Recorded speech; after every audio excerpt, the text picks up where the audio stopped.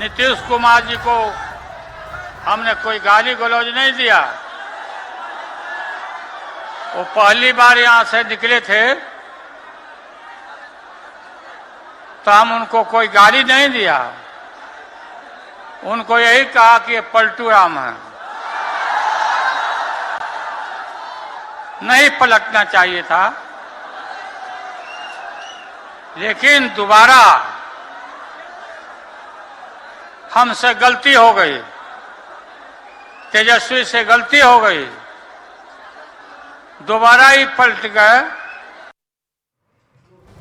और एक और बड़ी खबर सामने आ रही है। बिहार में एनडीए के सीट बंटवारे को लेकर मुख्यमंत्री नीतीश कुमार 6 मार्च से विदेश के दौरे पर जा रहे हैं। और सूत्रों के हवाले से बड़ी खबर यह आ रही है कि विदेश जाने से पहले नीतीश कुमार दिल्ली में सीट शेयरिंग को लेकर, सीट के बंटवारे को लेकर प्रधानमंत्री नरेंद्र मोदी से मुलाकात कर सकते हैं। नीतीश कुमार की पूरी कोशिश रहेगी कि वो विदेश जाएं, उससे पहले सीट शेयरिंग पर कोई फॉर्मूला तैयार हो जाए, कोई सहमति बन जाए। और इसीलिए 6 मार्च से, क्योंकि विदेश दौरे पर वो जा रहे हैं, और सूत्रों के हवाले से खबर यह है कि विदेश जाने से पहले नीतीश कुमार दिल्ली में सीट बंटवारे को लेकर प्रधानमंत्री नरेंद्र मोदी से मुलाकात कर सकते हैं।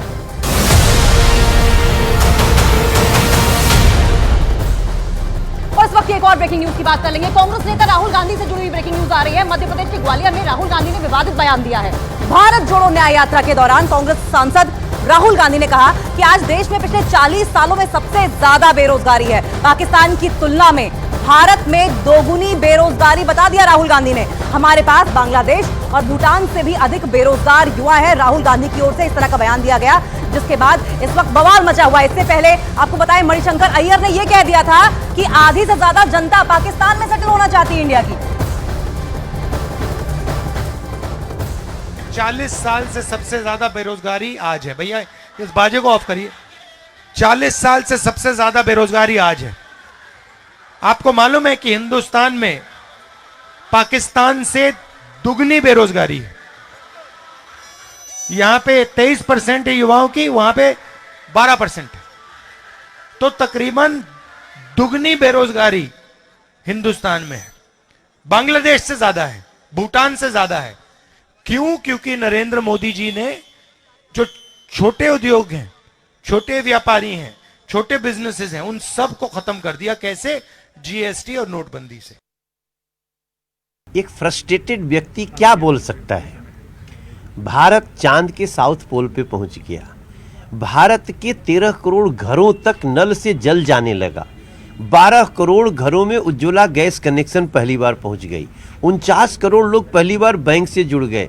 घर घर महिलाओं के इज्जत घर बन गए। राहुल गांधी को ये थोड़ी दिखेगा। राहुल गांधी ने पाकिस्तान से, जहां आटा और दाल और तेल के लिए मारामारी मची हुई है, अब भारत की तुलना करना भारत की तौहीन है और देश की जनता इनको सबक सिखाएगी। जो स्टैटिस्टिक्स हैं वो उन्होंने बताए हैं। जो वहां की अनएम्प्लॉयमेंट रेट है पाकिस्तान और बांग्लादेश की, उसकी तुलना में हमारे यहाँ ज्यादा है। ये कोई इनका मत नहीं है, ये फैक्ट्स हैं, ये तथ्यात्मक तथ्य है।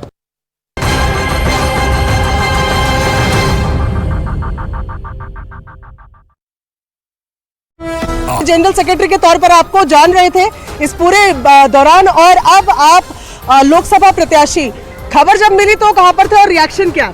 जब खबर मिली तो मैं मेरे घर पर था और मेरे दो सारथी विपिन आहूजा और सुमित अग्रवाल दोनों मेरे साथ बैठे हुए थे। और जब विनोद तावड़े जी ने नाम का अनाउंस किया तो ये लगा कि एक बहुत छोटे से कार्यकर्ता को प्रधानमंत्री जी ने इस योग्य समझा, और उसके लिए उनका भी धन्यवाद, भाजपा नेता का भी धन्यवाद। अब की बार 400 पार। देश का व्यापारी पूरी ताकत से प्रधानमंत्री जी के नेतृत्व में अगला चुनाव जीतने जा रहा है। ठीक है, लेकिन इस बार आम आदमी पार्टी और कांग्रेस का गठबंधन है, और जिस सीट से खास तौर पर आपको लोकसभा प्रत्याशी बनाया, व्यापारियों का बहुत वहां पर वर्चस्व है, तो उसका फायदा आपको मिलेगा उन दोनों पार्टी के खिलाफ। देखिए, पहली बात तो जिस गठबंधन की आपने बात की वो बेमेल गठबंधन है, चोर चोर मौसेरे भाई, तो उसका तो कहीं कोई लेने देने दूर दूर तक नहीं है। और जहाँ तक व्यापारियों का सवाल है तो व्यापारी हमेशा से भाजपा के साथ में रहा है, और इस चुनाव में भी व्यापारी भाजपा के साथ में है। सबसे बड़ी चुनौती क्या रहने वाली प्रवीण जी? चुनौती कुछ नहीं है, क्योंकि प्रधानमंत्री जी ने 10 साल बहुत ज्यादा काम किया है, इसलिए मैं कोई चुनौती नहीं मानता। कोई चुनौती नहीं है? कोई चुनौती नहीं है। हम रिकॉर्ड मार्जिन से जीतने वाले हैं। ठीक है, चांदनी चौक से डॉक्टर हर्षवर्धन रहे हैं और काफी लंबे समय से कहीं दिल्ली की राजनीति का चेहरा भी रहे हैं। कई चेहरों को इस बार बदला गया है, उसका फायदा मिलेगा या लोग जानना चाहेंगे कि पहले वालों को क्यों बदला? देखिए, भाजपा नेतृत्व ने जो भी निर्णय किया बहुत सोच समझ करके किया और भाजपा नेतृत्व का हर निर्णय का स्वागत है।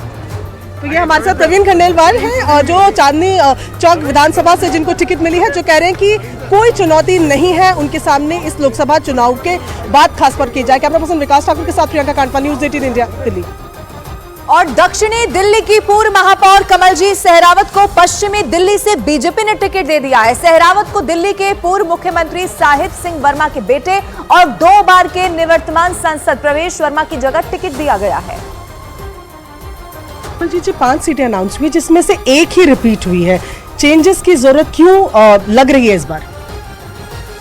शीर्ष नेतृत्व तो जब फैसला लेता है तो मैं तो ये कहूँगी, क्योंकि नारी शक्ति वंदन हुआ था तो मैं नारी हूँ, तो एक उसमें मेरा वो हिस्सा आ गया। बाकी जो भी ऊपर वालों का है, लेकिन महिलाओं को बढ़ावा हमेशा मोदी जी देते हैं। हाँ। और मैं उस कैटेगरी में हूँ, तो मुझे लगता है नारी शक्ति वंदन का पहला फायदा मुझे ही मिला है। हाँ, 5 में से 2 महिला सीट, जिसमें से एक आप। क्या चैलेंजेस रहने वाले हैं, क्या फोकस पे है अभी?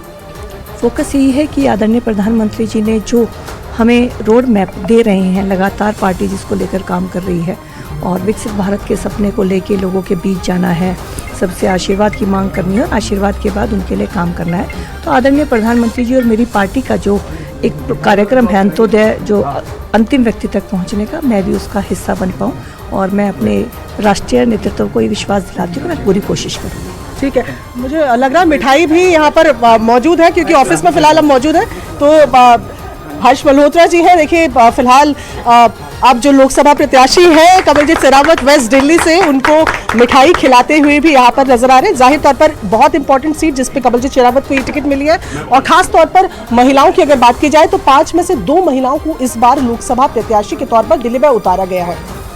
और दूसरी तरफ भारतीय जनता पार्टी ने मथुरा से तीसरी बार हेमा मालिनी को टिकट दे दिया है। न्यूज़ 18 इंडिया से एक्सक्लूसिव बातचीत में उन्होंने टिकट मिलने पर पार्टी का आभार व्यक्त किया और ये कहा कि मथुरा में अभी बहुत काम करना बाकी है। हेमा मालिनी हमारे साथ में, जो मथुरा से एक बार फिर से उम्मीदवार बनाई गई हैं, मौजूदा सांसद भी हमारे से जुड़ गई हैं। हेमा जी, कैसा लग रहा है फिर से आपको एक बार उम्मीदवार बनाया गया? कितना जनता आप पर भरोसा रखा, क्या लगता है? बहुत खुशी हो रही है मुझे। 3rd टाइम मुझे हमारे ब्रज में ब्रजवासियों की सेवा करने का अवसर मिला है। इससे बढ़िया और क्या हो सकता है मेरे लिए। अमिताभ जी हमारे साथ जुड़े हुए हैं, हमारे वरिष्ठ सहयोगी, वो आपसे कुछ पूछना चाहते हैं। हेमा जी, मथुरा बड़ी मुश्किल सीट मानी जाती थी, अब 2 बार लगातार वहाँ जीत चुकी हैं। ये हेमा जी का चमत्कार है कि बीजेपी का? नहीं, बीजेपी का। हमारे सारे कार्यकर्ता इतना काम करते हैं, मोदी जी का दिया हुआ इतनी उपलब्धियों को बराबर लोगों में जाकर बताना, सारा काम हमारे पार्टी के काम करते हैं। प्लस मैंने मथुरा के लिए बहुत कुछ किया है, अभी और कुछ करना है, बहुत करना है। जैसे 2 बार। हाँ जी, बोलिए। हेमा जी, जैसे कॉरिडोर बने हुए हैं, महाकाल का कॉरिडोर बना, महाकाशी काशी का बना, मथुरा में कब आप मथुरा के लोगों को ऐसा दर्शन देगी ताकि वहाँ भी दुनिया भर से आए? मथुरा तो बड़ा फेमस है। मथुरा सुनिए, मथुरा में तो दुनिया भर के लोग ऑलरेडी आ रहे हैं, इतने आ रहे हैं कि उधर हमें मैनेज करना मुश्किल हो रहा है।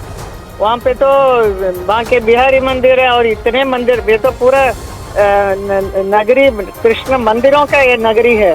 इसके अलावा अभी कॉरिडोर भी बनेगा तो और भी कितने लोग होंगे, उसके हिसाब से हमें कितना इंफ्रास्ट्रक्चर बना के देना पड़ेगा ना, वो सारा काम करेंगे हम। हेमा जी, एक और सवाल। अब मथुरा, आप तो मथुरा वासी हो गई हैं, मथुरा के लोग आपको वहाँ से निकलने देते नहीं है। आपके तो फैन फॉलोइंग पूरे देश में, आप तो स्टार कैंपेनर हैं। पूरा देश अब इंतजार करेगा कि हेमा मालिनी कैंपेन करने आएंगी कि नहीं वहाँ। ये दर्द बाकी लोकसभा क्षेत्रों में रहेगा? बाकी वो मालूम नहीं मुझे, मेरा क्षेत्र से मेरा मतलब है। अभी मेरा क्षेत्र का काम होने के बाद कहीं बुलाएंगे तो डेफिनेटली जाएंगे हमारे पार्टी के लिए। हेमा जी, बहुत बहुत बधाई भी आपको। और बीजेपी ने अपनी पहली लिस्ट में राजस्थान बीजेपी के अध्यक्ष सीपी जोशी को चित्तौड़गढ़ से उम्मीदवार बना दिया है। सीपी जोशी से लोकसभा सीट कंफर्म होने पर पार्टी नेतृत्व का उनकी तरफ से आभार व्यक्त किया गया और मिशन 400 पार को सफल बनाने का नारा भी उन्होंने दिया।